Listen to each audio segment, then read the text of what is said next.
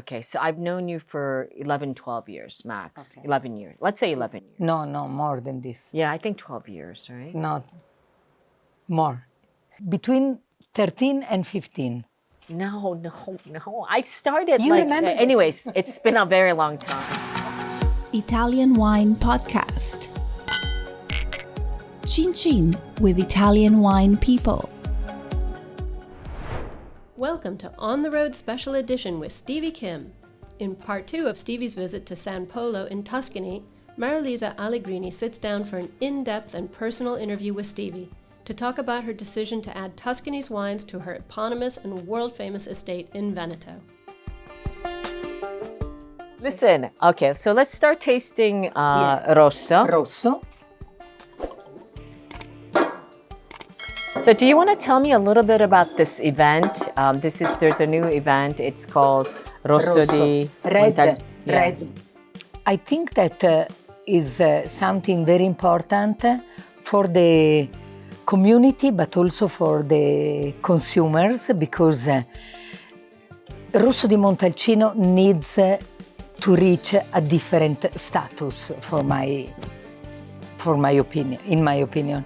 Because in the past it was always considered to be a declassified Brunello, but Rosso di Montalcino has its strong personality, and I think that is a wine that is very interesting because you cannot drink Brunello every day, but you can drink Rosso every day, and is a wine that has not big structure like the Brunello di Montalcino, but it has a very interesting personality, focus more on the drinkability, the possibility to match with food, with a wide range of dishes, and also it has complexity, but together with great elegance. I'm really glad actually they're doing this event. Yes, sir. Because I think, personally, I know I'm not a wine expert. Personally, I love the Rosso di Montalcino because I think to approach Brunello for especially the younger generation, it's too much. It's too big of a wine, and I think there has to be more Rosso di Montalcino out there because unfortunately, also you produce less Rosso. Because everybody wants to produce Brunello. And I think it's a very good thing that you guys are doing because I really love Rosso di Montalcino, to be quite honest. I agree. And it's undervalued. And to get the younger generation to drink Montalcino, I think you have to go out there and promote Rosso. So I'm pretty excited about this new initiative. Yes, I think that if you want to have in the future the young generation to drink also Brunello, is important that they start from the Rosso so they understand the personality of the Sangiovese, because I think that is a grape variety that doesn't have the roundness that Corvina has, for example. It has the personality of the Sangiovese with tannins, etc. And Rosso is a very, very interesting style. Yeah, and it's fruity, but it's not a fruit bomb. It's still it's still very sophisticated. I think this wine, and I love Rosso. How much is this wine in retail? Do you know? How much does this wine cost in retail? Do you know? Retail, I think that in Italy is around 20. In the United States is around 30. Because of the 3-tier system, must be 30-35. Okay. All right. Let's go to the next wine. So this is the current vintage, yes, right? The current vintage, yes. By the way, how many bottles are you producing of the Rosso? We produce 25,000 bottles of Rosso and a little bit more Brunello. We produce 30,000 bottles. The Brunello, the different vineyards. So here you have, of course, more expression of the complexity that the Sangiovese has. It's the aromatic expression is very well balanced with the tannin of the oak and more concentration both in the nose, in the color, and in the structure of the wine.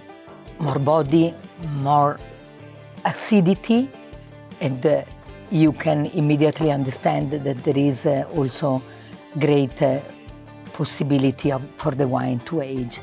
America is a very important market for you, right? It's the most important market. So the fact of the matter is, I'm sure you know this, but the grand majority of consumers in America drink their wines within 24 hours after their purchase. Yes, I know. You know, so I really think this is why Rosso is kind of the winner. Yes. Because you can just buy it and then drink it from the shop, you know? Brunello is a wine for collectors, is a wine for wine list in the top restaurants. This is the different targets. So what would you, like in terms of, personally, I don't really believe in, I'm not crazy about food and wine pairing. Like, I feel like you eat whatever and you drink whatever. But what are your recommendations in terms of food and wine pairing with these two different types of wines? I like, if you are vegetarian, I like, for example, with mushrooms. Brunello. Yes, mushrooms like porcini or the chanterelle. This is the kind of dish that I think... What about, if you were a vegetarian, what about with the Rosso? But the Rosso is very good with pasta made... anything with like red sauce, right? Maybe even like, I don't know, I think it's light enough you can have some...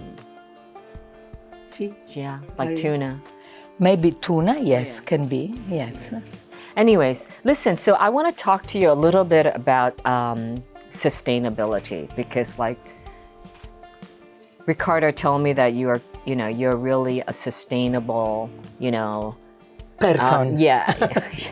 You are not, I'm not sure if you are sustainable, but you are an advocate for sustainability. Now, I'm actually kind of tired of people talking about sustainability. Everyone is talking about sustainability.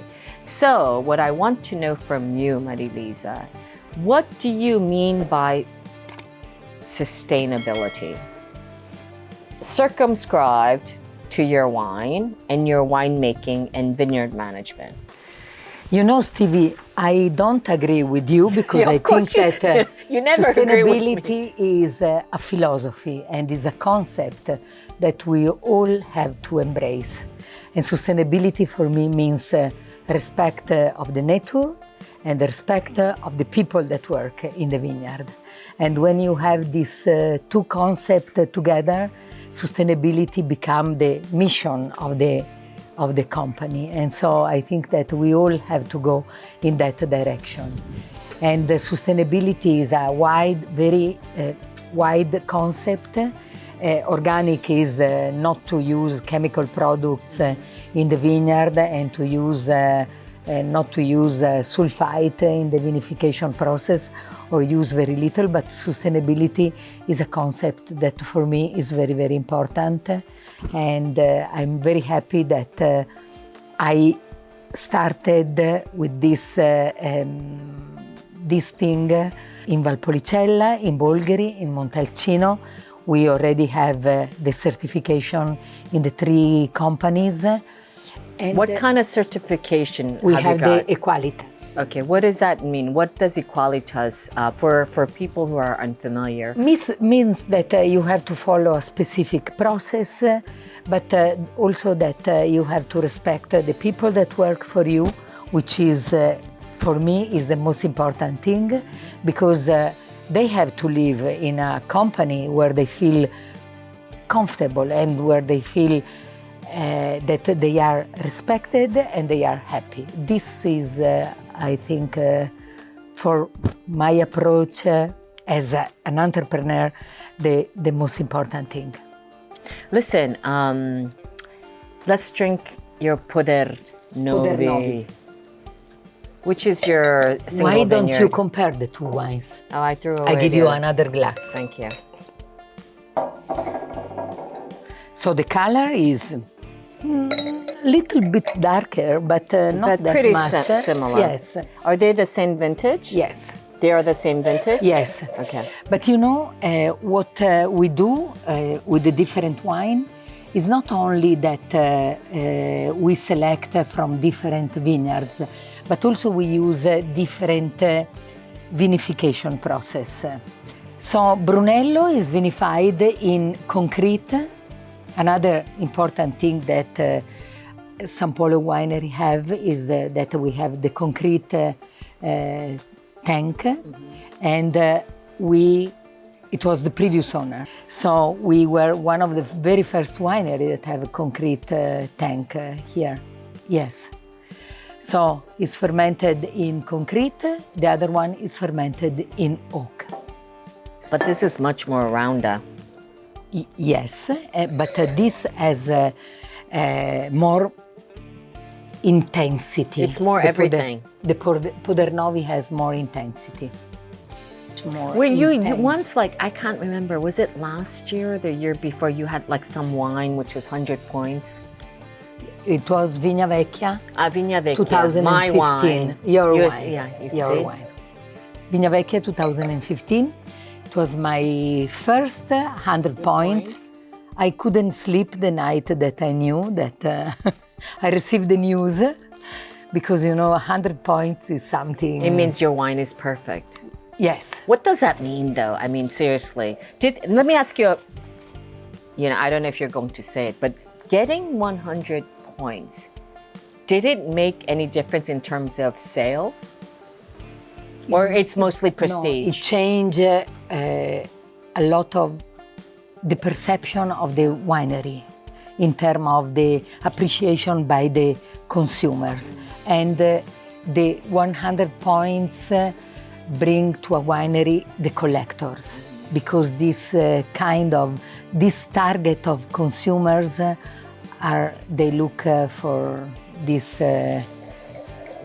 type of accolade. I was walking around with Ricardo, and then I saw some Amphoras. So this is kind of your new project now, because you don't have currently now a release of Amphora wines. No. So do you want to tell we us? have, Do you want to tell us a little bit about this new project? Yes, you know that I am curious. You know that I always want to experiment, and Ricardo was in the same, had the same approach. So when he proposed me to vinify the Sangiovese in Amphora, I immediately say yes. And I think that the result is very promising, is very exciting, because Sangiovese, without the tannin of the oak, but with the respect of the fruit that you can have with the Amphora, is different taste and different flavor. Will we be able to taste at some point? When is the first release? We will release very soon in September. And what is the vintage that you'll be releasing? Is 2020. Oh, okay. So you'll be releasing it soon. Amphora. So look out for that. Before we close, Marilisa, I've known you for a really 15 years. No. What are you talking about? No, when we did the NASDAQ, that was kind of the first year. It was 2011. Okay, so I've known you for 11, 12 years max. Okay. 11 years. Let's say 11 years. No, more than this. Yeah, I think 12 years, right? Not more. Anyways, it's been a very long time. Also because it's been very intense. So I've known you for a long time, and I've seen you become even more successful, commercially. But I feel like now, like you, first of all, you have a grandson. I think first of all, you're completely a different woman. Since you have a grandson, completely a different woman. I'm sorry. Like in a nice way. Agree. In a nice agree. way. So I guess my question is, what would you like to leave behind? Like what would you like your legacy to be? Because I think we get to a certain point in life and we say, I'm pretty satisfied with what we've done. Of course, up and downs, disappointments and successes, but what would you like to leave behind? Not just for your children, because I think I know more or less what you like to leave them, but just in general. What would you like your legacy to be? My dream is to give to not just to my children, but also for the people that work for me, what my father gave to me, which was an example. I always admire his seriousness in the business and admire his devotion to the work. And so this was, for me, the kind of thing that I love from my dad, not just that I inherited a beautiful property. And so what I want to give to my daughter is this. I would like to be, if possible, an example for them, and then, of course, they will find their own way. Okay. And with that, it's a wrap. Il Cinesi. Okay? Cheers with that. Cheers. Cheers. Ciao ragazzi. Oh, ciao a tutti. Ciao. And that's a wrap. For a good look at the world of wine, go to ItalianWinePodcast.com or find us on SoundCloud, Himalaya, Spotify, or wherever you get your pods. Don't forget to subscribe and like all our channels. Chin chin, and thanks for listening.